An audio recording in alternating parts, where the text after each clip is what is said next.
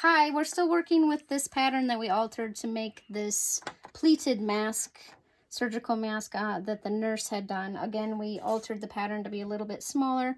We already mask cut our linings and our outsides, and now we're going to go ahead and work with the ties and show you how you can, because we're turning the mask out, we need less ties, but how you can maximize the yardage and make ties out of a full width of fabric as opposed to the fat quarter that is in the pattern.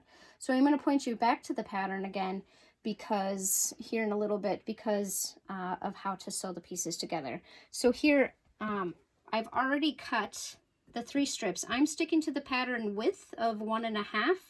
If you think that this is too skinny, once you get this in your sewing machine and you're having a hard time sewing these things on, you can go ahead and maximize or bump this up to 2 inches, and that will give you a good width of your ties if you feel like the 1.5 is too skinny. So what you're going to do with your strips next is just like binding, tie them, and you can look to the pattern. She has a nice picture in there of how to sew those together. Again, close counts in mask making, so if you get the most out of your width of fabric, and then so 90-degree angles, and then you're going to sew from top left to bottom right, and that'll make your strip. Trim them and press them out. And if you cut 3 strips, 3 full width strips, and sew them all together in a very long strip length, you will essentially end up with 3 yards, which is about the same equivalent of a pre-made bias tape.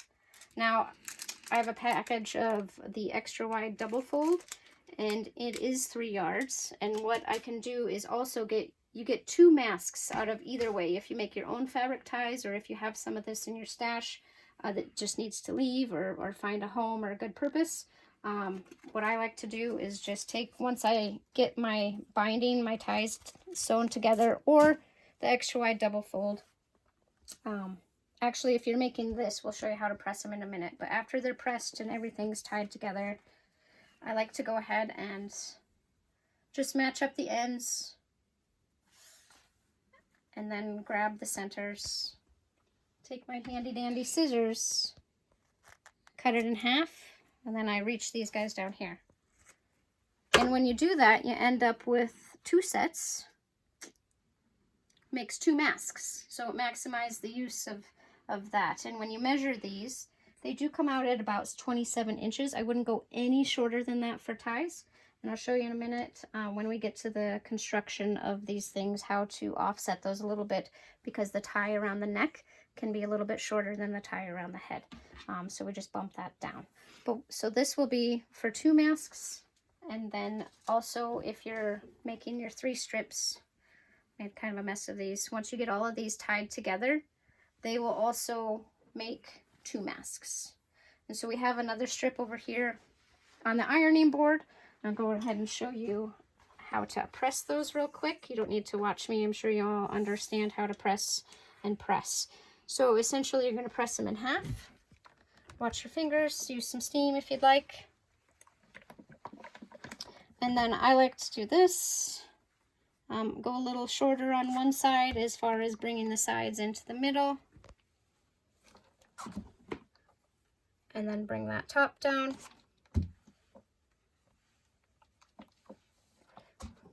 And then again, and it seems like a painstaking task, and it is, but you're making less with altering the pattern and putting the pleats of the nose and the chin inside. Now I happen to have in my tools this little Clover 18, it says. I don't know what the correct term of it is, but I'm going to call it a pressing thing. So what you do is you shove your fabric in, and you guys will use this, but it does make it a little bit quicker. I'm not certain if Tammy has any more of these right now. Can you go get me a pin, please?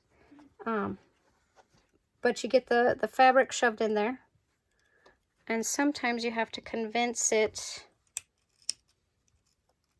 to get in there, and then sometimes you have to fish. Once it comes out, it does help.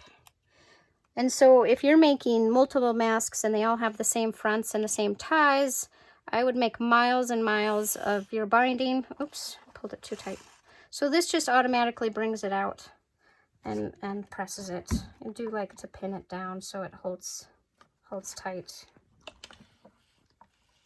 So this takes the step, kind of saves the fingers.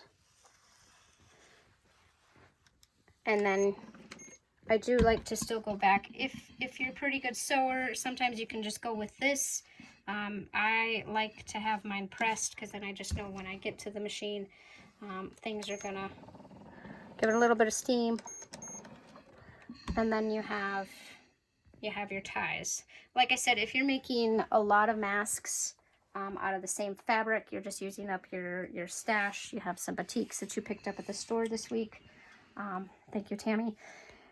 I would make as many fronts and backs or insides and linings as you can, and then I would make as many strips as you can, and sew them all together end to end, and then just make one long strip, and then cut your 30-inch pieces after you get them pressed. So press them in, and then doubled over, and then I would take it and measure 30 inches and just start cutting, and you would end up with a lot of strips in a little bit of time. And like I said, you're not putting them down the side of the side of the pattern, and it's a little bit less than going up and over the nose. So once we get to this altered pattern and making it, like I said, again, we're putting the nose and the chin pleat inside.